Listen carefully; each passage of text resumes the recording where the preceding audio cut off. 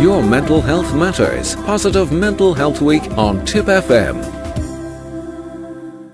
Delighted to be joined in studio now by Mary Walsh, and Mary is a field worker with the organisation GROW. And hello, Mary, how are you? I'm glad to be here, thank you. And we're glad to have you as well. Tell me first of all about the job of the field worker. What is it you do exactly? I suppose to most people, the idea of the field worker would really be like a regional coordinator. Mm-hmm. I support all the groups in the southeast, not all the groups, but I work in the southeast, and I work with a number of the groups in the southeast. I would make sure that they have everything they need to make sure that an authentic GROW group happens. All right. Because it is a very structured meeting. And we'll get to that in a minute as well, because I'm very anxious to know about that structure. What about GROW itself? To people who mightn't be fully aware, they might have heard the name, but they mightn't be fully aware about what exactly GROW does. Well, GROW works with anybody with any kind of mental health issue. And basically, GROW is open to everybody. There is no invitation needed, which is really important to say in the beginning. Anybody can walk into a GROW group and they'll be graciously welcomed for coming, because everybody will have been through the same thing. They'll have known what it's like to walk in that first night. We also encourage people to come along with somebody if they want to on the first night, because we do have the option for a community observer. That's where somebody can sit in on the meeting, not actually take part. They do recognise the confidentiality and everything, but it just makes it easier for somebody to come in that first night. And they can sit in on the meeting and hear other clients talking. Is that the way it is? With the permission of the group. Yes. The group will know, as I said, like they really know how hard it is to come in, and it is easier to go in with your brother or your sister or your friend that first night. So that's why that's available to people, because it's not so nerve-wracking when it's the second night. You speak about the structure of a GROW, and there is a very definite structure to it, isn't there? Yeah. We call it the method. It's like the agenda for the meeting. And if you go to a group in Kilkenny or you go to a group in Dublin, it should happen in almost the same way. Yeah. I say almost because where there's any group of people, people take over. Differences. Absolutely. Yes, of course. Personalities take over and things like. But it is very structured, and it will happen in the same order. Mm-hmm. And that's very specific, and it's for a very specific reason that it happens that way. But I would emphasise to people that it is very confusing in the beginning. I remember when I went into my first GROW meeting and I thought, what's going on here? Because in the beginning, we're working with this method like the agenda. Then we're in our programme, which is our little blue book. Right. And it's called that because it is a little blue book. It's literally a little small book that you can slip into your pocket, that you can bring with you wherever you are and refer to it. Right. And then somebody is speaking. So it is very confusing, but it happens that way for a good reason. Because we, for example, just to give you a quick example, we start very much with the progress. Yes. Because in life, I'm sure you'll agree, when people ask how you are or what you're good at, you're very quick to say the things that you'd like to improve on yourself. But we're not always so quick to see the things that we're good at or that went well for us during the week. Especially the Irish. Absolutely. I always think. Yeah, no, you're dead right. Yeah. We're just good at being hard on ourselves, I think. So do you go around to the individuals then and you get something positive? And we get something positive from the week. Everybody, we're all about change. Yes. Because we would believe in GROW. If you keep doing what you're doing, if you're in a bad place, even if you're just a little bit stressed, or if on the other end of the scale you have manic depression or bipolar or whatever, and you feel really bad. Yes. If you do what you're doing and you keep doing it the same way, nothing's going to change. Right. You're going to keep feeling the way you're feeling. So GROW is all about changing of your thinking, changing of your ways and your attitudes, and that will automatically change your relationships. So everybody leaves a GROW group with a little task. Now, the task could be in the beginning as simple as getting up at a reasonable time 2 days in the week. Right. Because if you're depressed, it would be often that people would find when they're depressed that they want to stay in bed.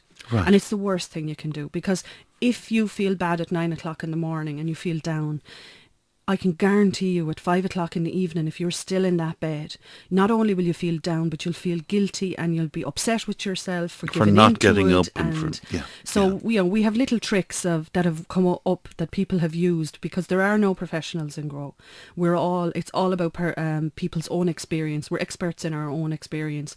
And the great idea is the balance in the group. If somebody joins a group and they're new and they have a label, whatever that label is, there'll be somebody else in the group who maybe they're 10 years and they have had that and they've moved on from it and they're working on other issues. But they will have tips that help them.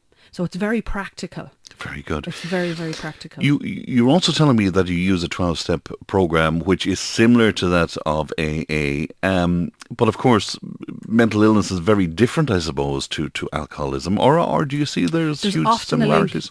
Often a link, and also alcohol would be well known to be a depressant. So it's often linked that people with depression will turn to alcohol, or that people who would have drink would later maybe show signs of depression or whatever. So they're quite often a dual And diagnosis. is it the very same 12 steps? No, they're not the same, and they don't work systematically. I believe in AA you go from step 1 to step 2 and you work your way through the steps.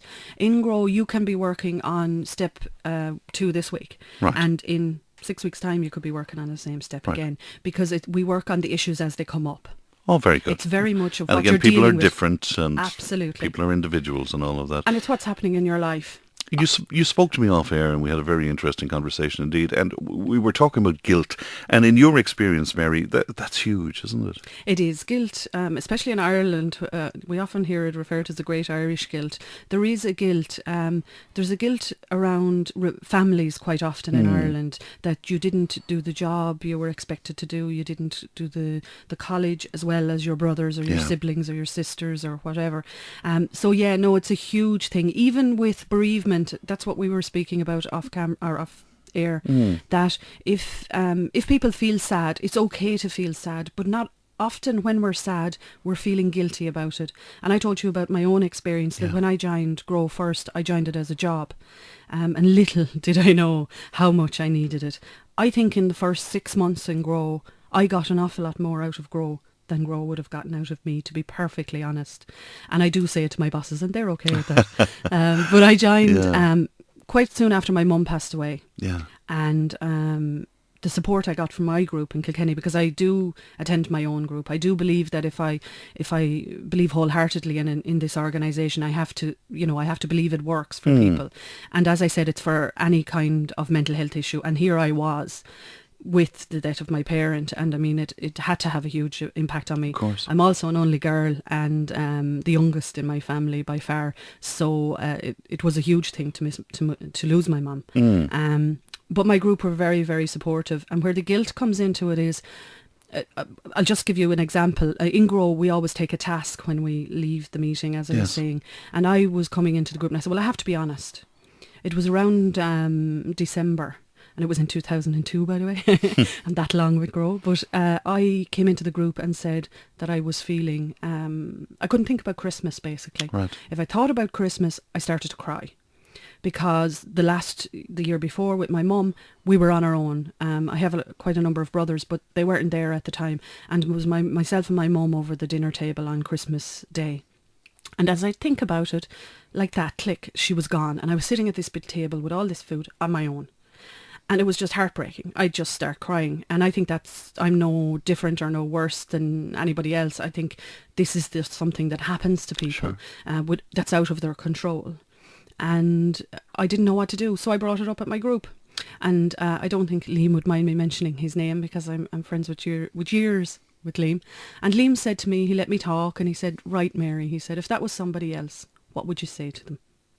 And I had to go away and think about it. I had to be honest with myself. What would I have said? And I thought about it, and I came back to him and I said, Liam, I would have said, it'll take time. And he said, now afford yourself the same respect. Give yourself some time. And it's amazing. I was feeling guilty about being sad. Wow. It was bad enough to feel sad, but I was saying, I have to get it. I have to go. It's Christmas. I have to be happy. And I should be okay by now. Yes. Yes. Yeah. And it's Christmas, so everybody's happy at Christmas. I have to. No, I don't. Yeah. Who said I do? I can just be Mary, and I can just have a bad couple of hours, which was what happened. I think for 2 hours I was really, really browned off. Yes. The rest was okay. It wasn't so bad. I went to visit my neighbour and I got through it. And again, where grieving is concerned, I mean, some people might take 6 months, some people a year, some people 4 years. It's very personal. It's very personal. And I know people whose parents are gone 20 years and they're still grieving. Yes. And at times. And I'd say to anybody that's listening, that's okay. Because that's what we all do. We do it at our own pace. We have just one sentence in the Grow programme which might help people. And I think it's very powerful. And it says, why single yourself out for especially harsh treatment? And we do all the time, don't we? But if you wouldn't expect somebody else to have the house perfect or clean when somebody comes in, or if you wouldn't expect somebody to do their job perfectly and not allow them make a little mistake, like me here today on the radio, if I make a slip, that's okay. You know, I wouldn't expect anybody else to do it perfectly, so why expect it from myself? What about medication? How does Grow feel about medication? We actually do not talk about medication at all in our meetings, and we specifically do that to avoid the topic, because that's between the person, we call the person in Grow a grower.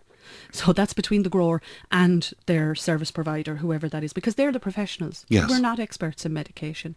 And for example, you could take Prozac, for example, and it might work perfectly for you. Yes. I can have a bad experience with it. It might not be the medicine for me. And as we know with medication for depression and for any kind of mental health issue, it's a lot of trial and error. Yes. So the doctors have to try things to get it right.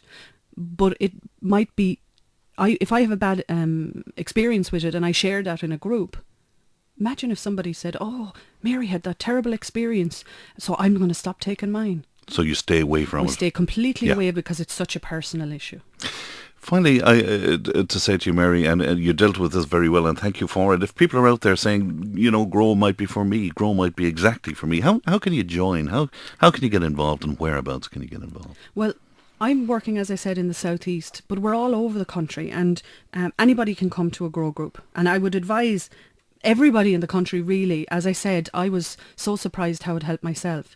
So I would say, come along and have a look, just so as you know what it is, because quite often when people hear Grow, they think, oh, that's the very unwell people. And really, there's quite a lot of people in Grow who are professionals, who would be nurses and teachers and farmers, and are working away quite well, but have an issue in one area, whether it's with shyness or social exclusion or not wanting to go into groups.